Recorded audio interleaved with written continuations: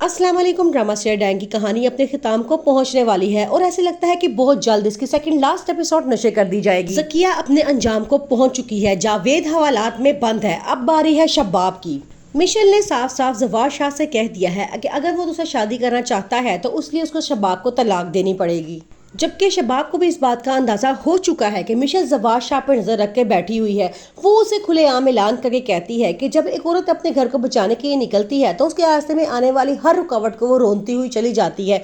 उसके लिए चाहे अगर किसी को कत्ल भी करना पड़े तो वो उससे पीछे नहीं हटती। मीशा आमिर को अपनी मोहब्बत के जाल में फंसाती है और उसे डिनर करने चली जाती है और कहती है कि सबसे कीमती तोहफा तुमने मुझे आज देना है। आमिर जाता है फौजिया की वही वाली ज्वेलरी सेट जो उसने उसको दी होती है वो निकाल कर ले आता है। अब फौजिया पूरे घर में अपनी ज्वेलरी ढूंढ रही होती है लेकिन उसको वो कहीं से नहीं मिलती, क्योंकि आमिर ने वो मीशा को दे दी होती है।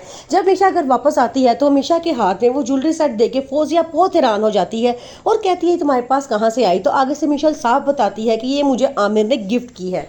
अब फौजिया और आमिर के रिश्ते में भी दरार पड़ चुकी है। वो दोनों हर वक्त एक दूसरे से लड़ते रहते हैं।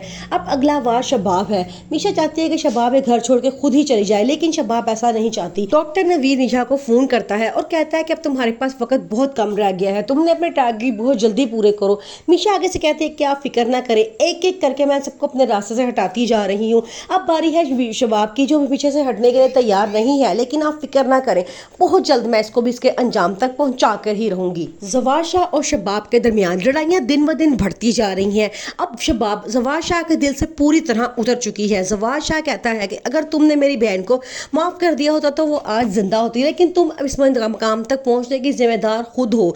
शबाब कहती है ऐसा नहीं हो सकता, तुम मेरी पहली मोहब्बत हो और मैं भी तुम्हारी पहली मोहब्बत हूँ।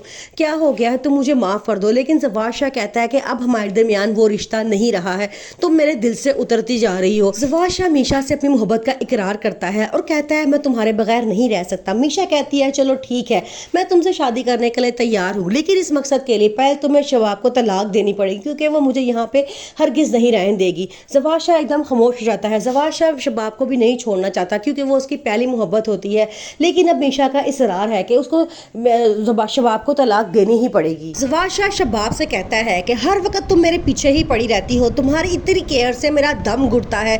अगर शबाब कहती है कि मैं वही तुम्हारी बीवी हूँ जिस पर तुम जान छिड़कते थे, आज एक नैनी की खातिर तुम मुझे छोड़ने के लिए तैयार हो गए हो।